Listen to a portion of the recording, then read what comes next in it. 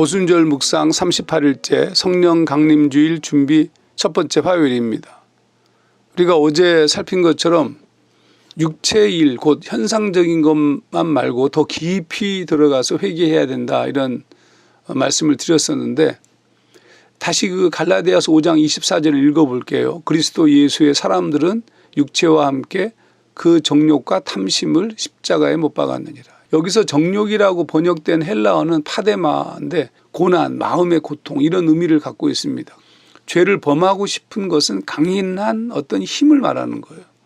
행하지 않으면 고통스러울 만큼 강력한 것이다. 동시에 탐심이라고 번역된 에피디미아는 매우 유혹적인 욕망을 의미합니다. 참을 수 없는 동경, 근데 이런 것들이 전부 자연스러운 거죠. 우리의 내면에 원하는 바 선은 행치 아니하고 원치 아니하는 바 악을 행하는도다라고 바울이 얘기했던 이 원치 아니하는, 그러나 강력한 거, 이게 바로 지금 정욕과 탐심이거든요. 개정개혁에서 정욕과 탐심이라고 번역한 것은 개혁 한글이 번역했던 정과 욕이라는 번역을 자세히 설명한 것이지만, 사실은 정과 욕으로 번역하는 것이 더 나아 보입니다. 왜냐하면 이게 좀 광범위한 의미를 주기 때문이고, 정욕과 탐심 그러면 좀 협소된 느낌이 들잖아요. 이미 우리 자신이 되어버린 인격적인 어떤 근원적인 것으로 봐야 하기 때문입니다. 이처럼 정과 욕심은 그리스도 예수의 사람이 된 이들에게도 오랫동안 괴롭힌 지배적인 것이었다. 우리가 좀 이 문제를 어떻게 해결해야 될 것인가? 갈라디아서 말씀을 다시 좀 읽어보면 그리스도 예수의 사람들은 육체와 함께, 이 부분을 우리가 좀 주의할 필요가 있어요. 정욕과 탐심에만 너무 강조점을 두다 보니까 육체와 함께는 매우 가볍게 여겨진 측면이 있습니다. 답부터 얘기하면 성령의 충만함이라는 것은 우리의 육체에도 임해야 돼요. 사도행전 2장 17절 말씀을 보면 요엘서 말씀의 성취라고 쓰고 있는데, 이렇게 성경은 기록합니다. 하나님이 말씀하시기를 말세에 내가 내 영을 모든 육체에 부어주리니. 육체라는 것이 그냥 몸, 사람 이렇게만 표현할 수 있는 게 아니고, 헬라어 단어는 사륵스인데 사륵스라는 것은 날 것이거든요. 사람이라고 얘기하면 안드로포스라는 단어를 써야 되는데, 이 날 것, 우리의 의지, 감정을 가진, 그러나 이게 지배적 존재로서의 육체, 그 육체에도 하나님의 성령이 임해야 된다는 뜻입니다.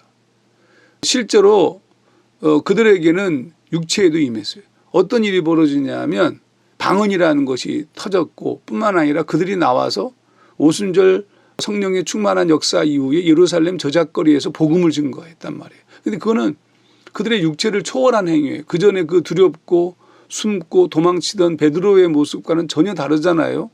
그러면 어떻게 육체에도 성령이 임할 수 있을까?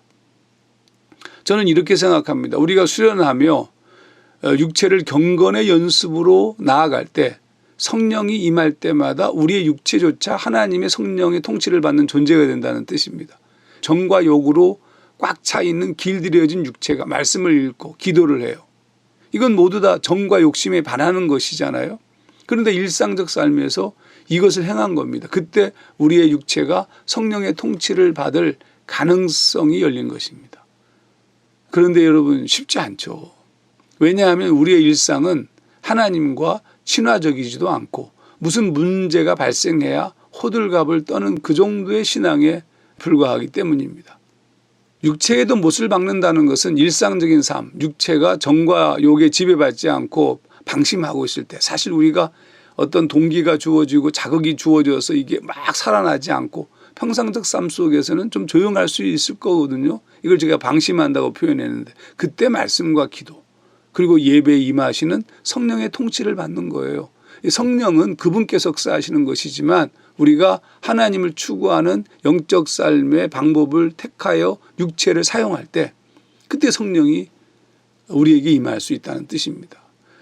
또 그것이 일상이 될 때, 날마다의 영성이 될 때, 우리는 육체에서 벗어날 가능성이 열리는 겁니다. 바로 육체에도 못을 박는 행위다, 이렇게 말할 수 있겠죠.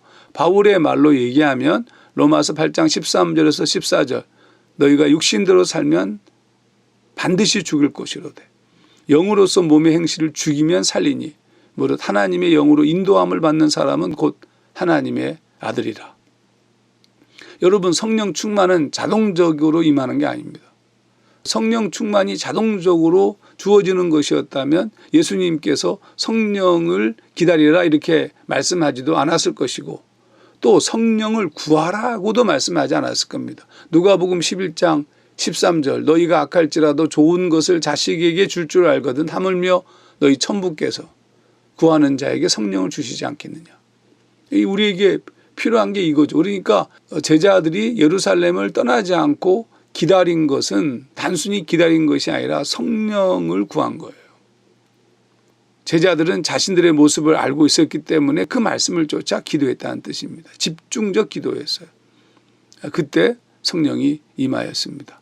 그런 까닭에 이 나머지 우리 시간 동안 우리가 하고 싶은 것들을 다 하고 여분의 시간을 사용하는 것 말고 시간을 떼어놓고 하나님 앞에 집중해서 성령 강림의 역사를 기다리면서 전력초구하는 시간이 되었으면 좋겠습니다.